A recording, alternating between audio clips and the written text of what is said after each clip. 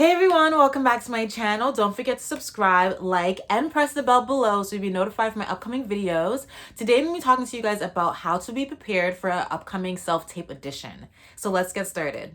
Once you receive an email from your agent, it's really important to read the entire email fully from the beginning to the very end because you do not want to leave anything out. Everything's really detailed, so they tell you how to do the slate. So it could be your name, your height, location, or sometimes they just want your name. Or even there's times where they want to see a full body shot of you. So you have to make sure you do like a zoom in and a zoom out. Details about the cast, who's already in the show, the casting department, the name of the title of the film or the TV show. And then of course you're gonna have your side. Read thoroughly and to memorize your lines and making sure that you know them and you're prepared before you do the self-tape audition. As for getting prepared, for me, I always like to read the scenes a few times to get a little like about how the characters are, what the storyline is about a little bit, what's the background story of my character, at least within that scene. Like, what do I want? Like, what was I doing before the scene? What am I doing in between? What's my obstacles? So you want to answer all those questions when you are doing your homework or when you're doing it really quickly, especially when you only have 2-3 days to send in a self-tape audition to your agent. It's really important to try to fast track everything, but that you understand what the scene is all about and what's going on in the scene and what's needed from you to perform. Even working with the coach online through Zoom or even re-auditions, someone that around the world could help you and just literally practice with you doing lines. Of course, you want to do your best job, you want to do your best performance, but you have to make sure that you could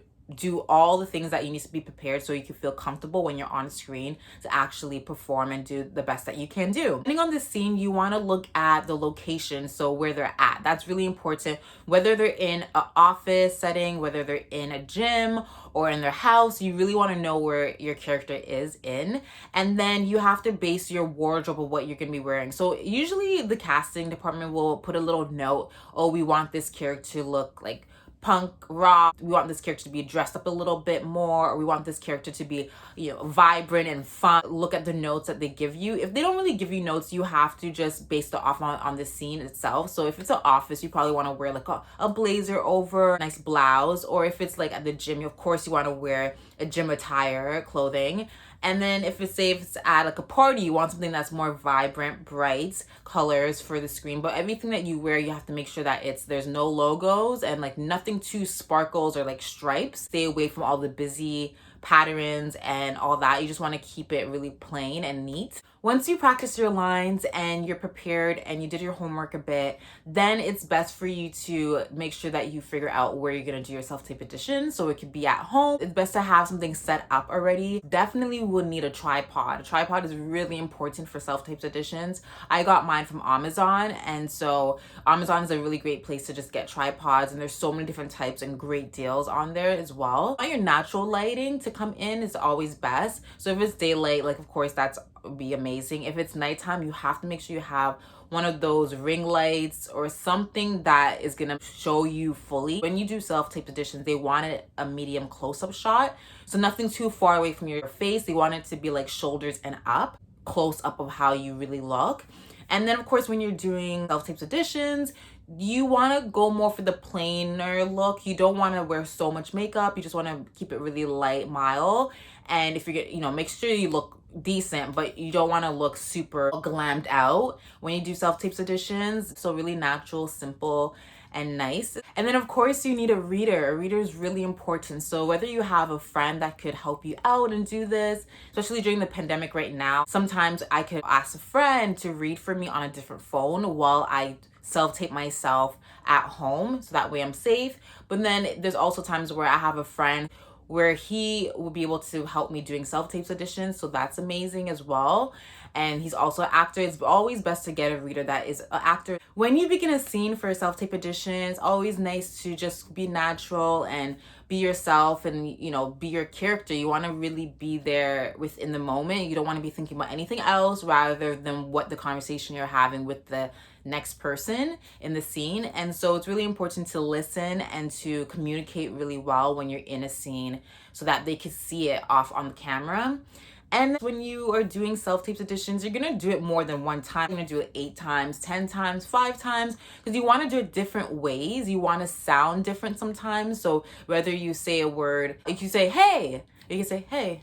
You can say it different ways. So for me, I like sending 2 different ways to my agent sometimes, especially when I feel like she, could choose which one she wants to send it in. Or there's times where I just felt really good about this one tape that I'm like, you know what, I'm gonna send this one in. I'm confident about this one. I really like this one.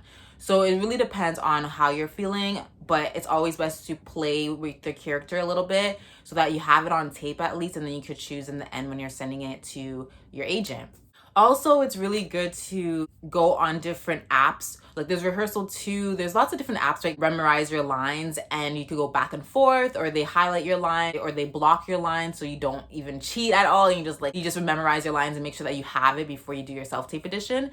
And then of course, like rehearsing it is really important with a person. It's nice rehearsing stuff by yourself, but there's times where you're like, I need to rehearse this with the actual human being. There's times where there's like some huge roles that you be getting, and then you're just like, oh my God, I really want this. You're gonna hire a private coach and get someone who's really talented and knows the ins and outs and everything, and they're gonna help you as best as they can within those 1, 2, 3 days. It's all up to you for you to be prepared and do the best you can, and then you just have to let it go. You hope and you pray a little bit, and then you just have to let it go because you don't want to constantly be thinking about it all the time. For me, it's best for me to just relax a little bit after, once I do auditions, self-tapes auditions, and then once that's completed, I just feel a lot better that at least I got it done, I was prepared, and I did the best I can, and I sent it in. Yeah, how to edit everything and make sure that it's properly done. Scene 1, scene 2, slate, and send it in. So I usually edit my stuff in iMovie. You're not editing the